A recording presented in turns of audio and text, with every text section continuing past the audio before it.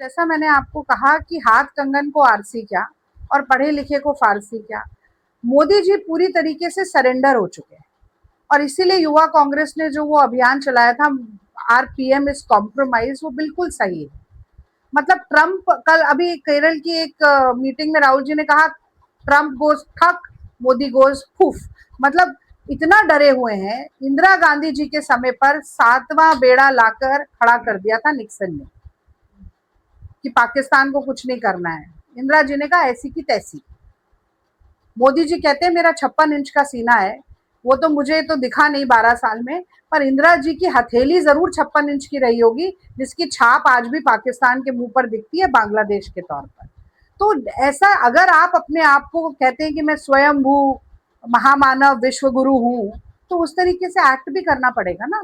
पर भारत की विदेश नीति ही खी ही झप्पी माय फ्रेंड डोलांड करने से नहीं होता है।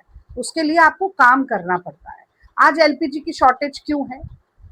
सबसे पहले जो सबसे विनाशकारी स्टेप था, वो युद्ध के 2 दिन पहले इनका इजराइल जाना था। आज ईरान कह रहा है, ईरान के साथ हमारा बड़ा मतलब सिविलाइजेशन के तौर पर भी हमारा इतना बड़ा उनके साथ संबंध रहा, पहले से रहा। आज वो श्रीलंका को मित्र देश बता रहा है और कह रहा है कि श्रीलंका की जो तेल की जरूरत होगी उसकी आपूर्ति हम करेंगे। हमारे जहाज रोक के रखे हुए हैं स्ट्रेट ऑफ हॉर्मुज में। तो ये किसकी गलती के कारण हो रहा है?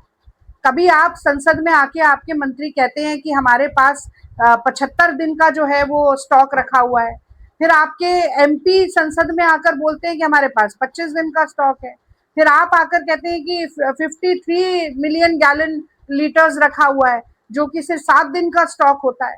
तो आपको खुद कुछ मालूम ही नहीं है। आप झूठ पे झूठ, झूठ पे झूठ, झूठ पे झूठ बोले जा रहे हैं। फिर आप खुद मोदी जी संसद में आकर कह देते कि कोरोना जैसा हाल है, भगदड़ मच जाती है सारी जगह, पेट्रोल, लोगों को लगता है लॉकडाउन लगने वाला है। तो आप मुंह से क्या बोल रहे हैं, उसकी कितनी गंभीरता है। और पूरा देश आपके ये ऊटपटांग निर्णय के कारण सजा भुगत रहा है। तो ये तो बड़ा ही निराशाजनक है। और मुझे लगता है कि सबसे पहले तो मोदी जी को माफी मांगनी चाहिए।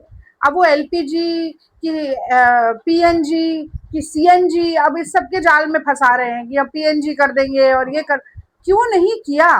जब आग लगती है तो मोदी जी पानी की बाल्टी ढूंढने के लिए निकल जाते हैं, लेकिन उससे तो आग बुझने वाली है नहीं।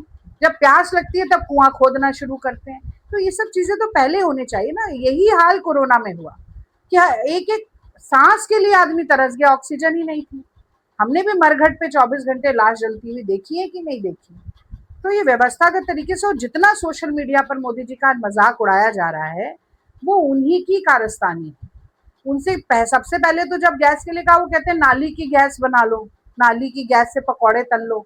मतलब ऐसी बात करते हैं। रडार, बादल आ जाते हैं तो मैंने इसलिए तब करवाया, रडार कैच नहीं कर पाता है, तो मतलब कुछ तो ठीक से वो करके बोलिए। पर फिर मुझे लगता है कि शायद एंटायर पॉलिटिकल साइंस की डिग्री वाले से और क्या अपेक्षा की जा सकती है।